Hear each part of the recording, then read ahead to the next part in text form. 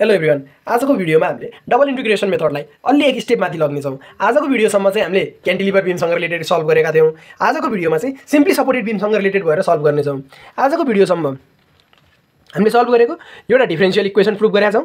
त्यसपछि क्यान्टिलिभर बीममा युडिएल भयो भने फरक फरक पोइन्टमा स्लोप र डिफ्लेक्सन निकालेका थियौँ।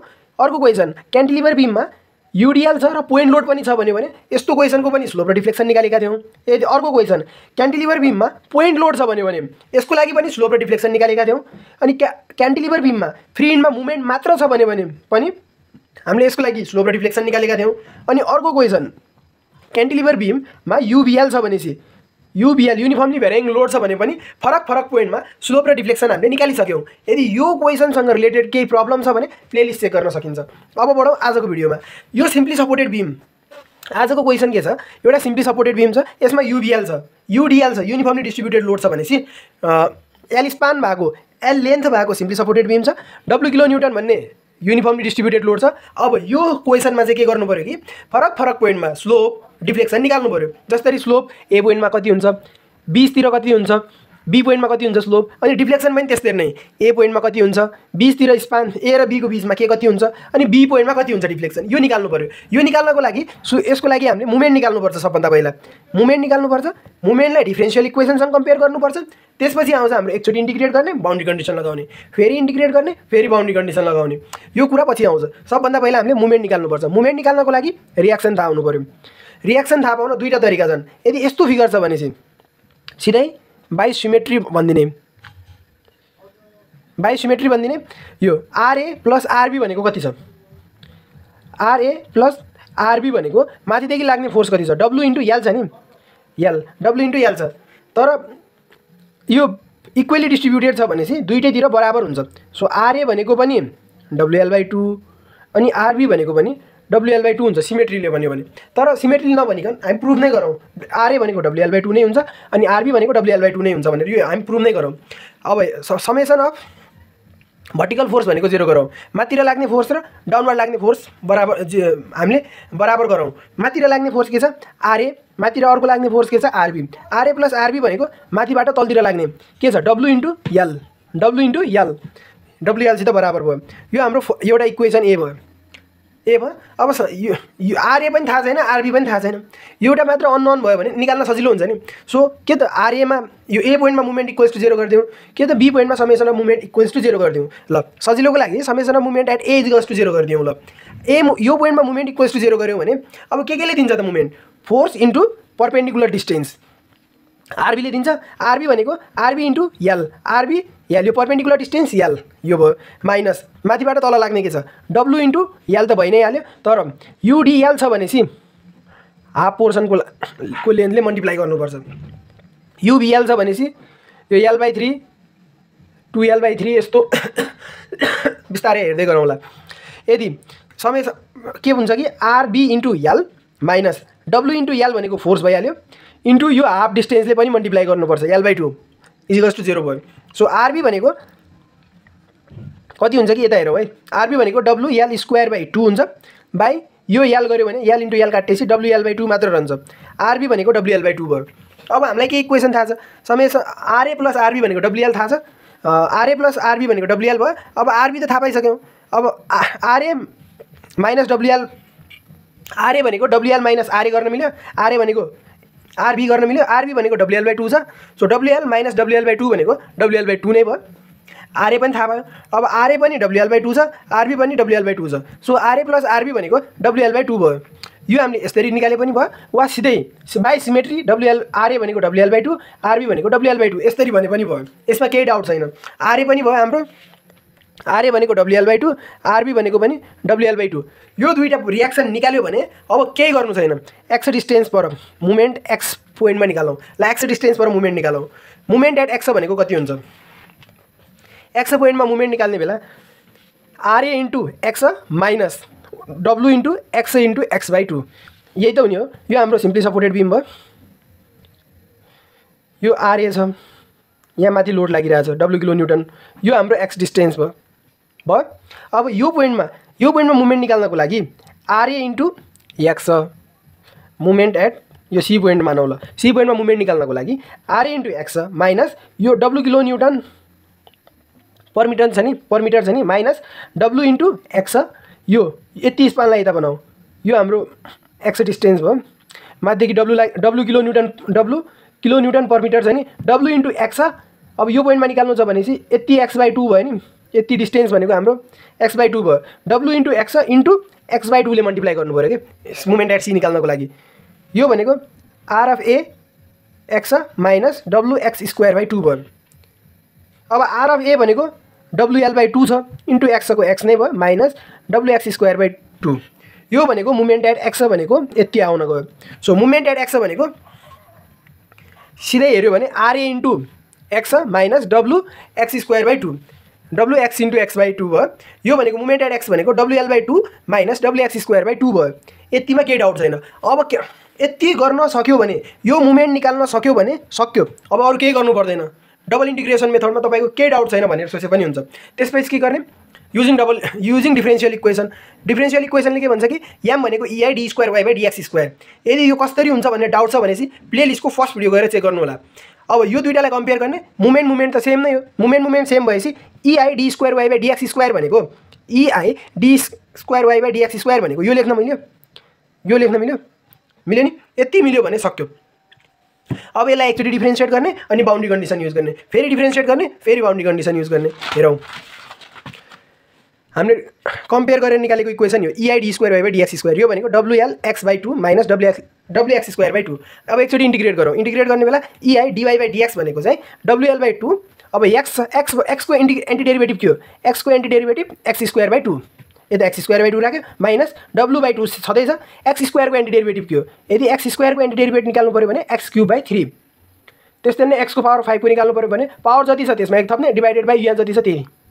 यो x को पावर स्क्वायर छ नि, W/2 छँदैछ, x² को एन्टिडेरिभेटिभ x³/3 प्लस C1। अब यसलाई अलि सल्भ गरौँ, 2 × 2 फरक राम्रो देखिएन, सुटेबल फर्ममा लगाउँ। EI dy/dx equals to WL x²/2 × 4, यति मात्र गरेको, त यता पनि 2 3 6 मात्र गरेको, प्लस C1 भयो। अब बाउन्ड्री कन्डिसन हेरौँ, कतिपयलाई डाउट होला सिम्पली सपोर्टेड बिमको बाउन्ड्री कन्डिसनको बारेमा। म सबै डाउट एकैचोटि क्लियर गरिदिन्छु। क्यान्टिलिभरको केही पनि छैन होला डाउट। अब सिम्पली सपोर्टेडको हेर, क्यान्टिलिभरको डाउट छ भनेपछि मैले योभन्दा अगाडि इच भिडियोमा बाउन्ड्री कन्डिसन भनेको छु। अब सिम्पली सपोर्टेड बिमको बाउन्ड्री कन्डिसन हेर्ने हो भने यो हाम्रो सपोज एउटा बिम भयो, सिम्पली सपोर्टेड बिम छ, रोलर र हिन्ज सपोर्ट भएको। यस्तो बिम छ भनेपछि माथिदेखि फोर्स लाग्यो भने पक्का यो के हुन्छ, डिफ्लेक्ट हुन्छ। यदि यस्तो छ यो पक्का डिफ्लेक्ट हुन्छ। यदि UDL त्यस्तो लोड छ भनेपछि, युनिफर्म लोड छ भनेपछि बिच पोइन्टमा के हुन्छ, म्याक्सिमम डिफ्लेक्सन हुन्छ। यो पोइन्टमा म्याक्सिमम डिफ्लेक्सन हुन्छ।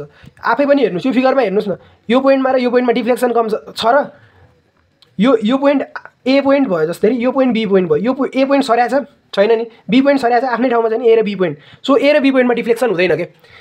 यो बिचतिर हेर्नुहोस्, बिचतिर किन, यो पोइन्टबाट ए भन्दा थोरै यता पनि तल गएको छ नि, सिफ्ट भएको छ नि पोजिसन, यी तल सरिया छ नि, यो पोइन्टमा म्याक्सिमम भयो। अनि ए बीमा वा सपोर्टमा 0 हुन्छ। अब त्यस्तै नै एङ्गल हेर्नुपर्ने बेला यसरी एउटा लाइन तानौँ एङ्गल हेर्नलाई। अब यता एङ्गल बनाउँदा यता थीटा ए लेख्न मिल्यो, यता थीटा बी लेख्न मिल्यो। यो पोइन्टमा के लेख्ने त, केही पनि लेख्ने ठाउँ छैन नि।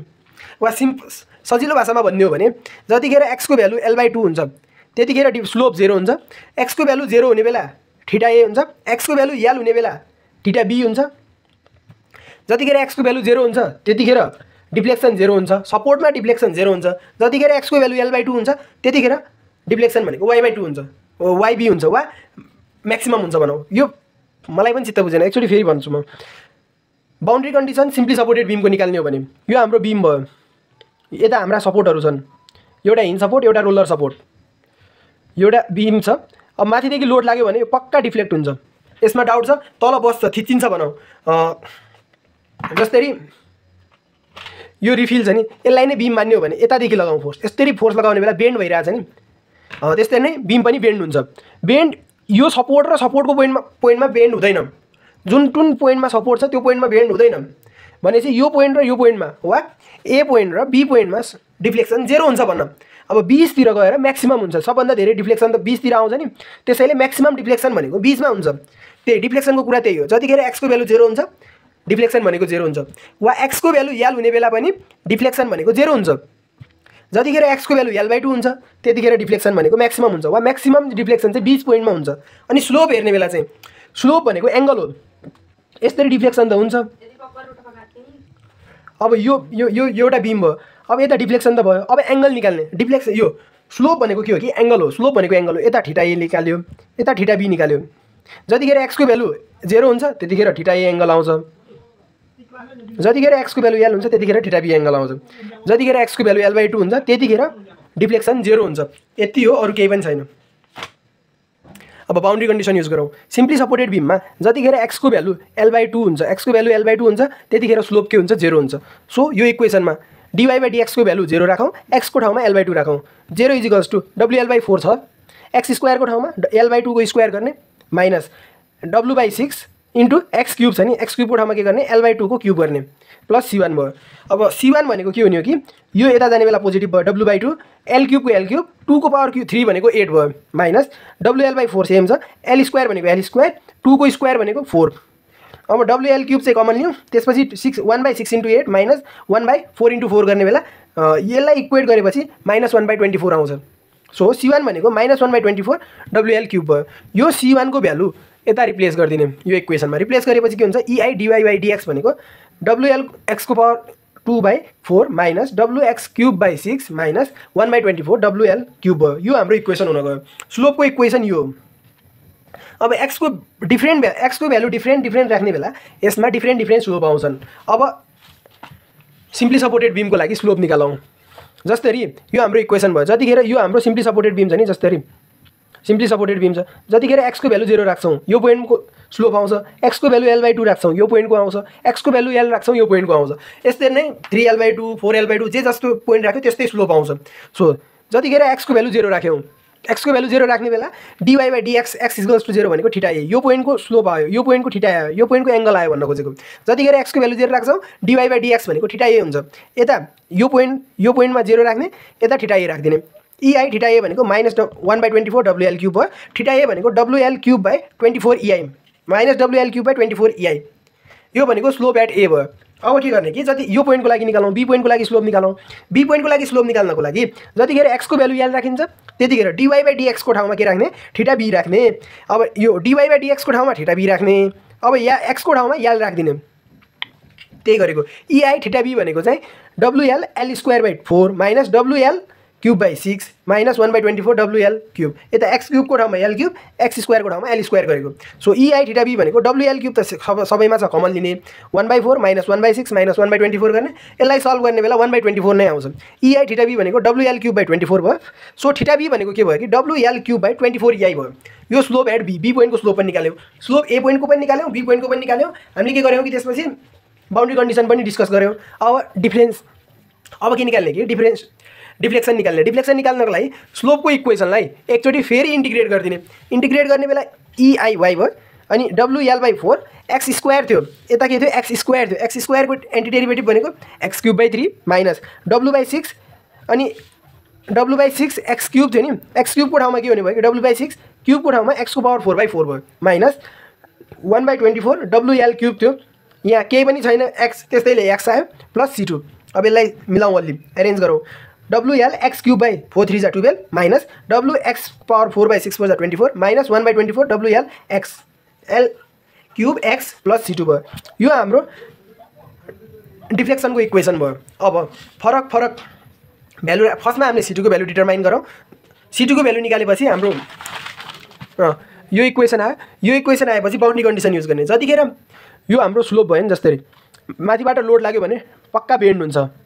सिम्पली सपोर्टेड बीम नै होस्, जुनसुकै बीम होस्, फोर्स लाग्यो भने बेन्ड हुन्छ। म्याक्स यो ए पोइन्ट र यो बी पोइन्टमा जतिसुकै फोर्स लाग्यो भने यतातिर बेन्ड हुन्छ। यो सपोर्टमा कतै कुनै पनि डिस्प्लेसमेन्ट हुँदैन। डिस्प्लेसमेन्ट नभएपछि जतिखेर x को भ्यालु 0 हुन्छ त्यो पोइन्टमा, वा जतिखेर x को भ्यालु l हुन्छ, जे राखे पनि हुन्छ है। जतिखेर x को भ्यालु 0 हुन्छ y को भ्यालु पनि 0 हुन्छ।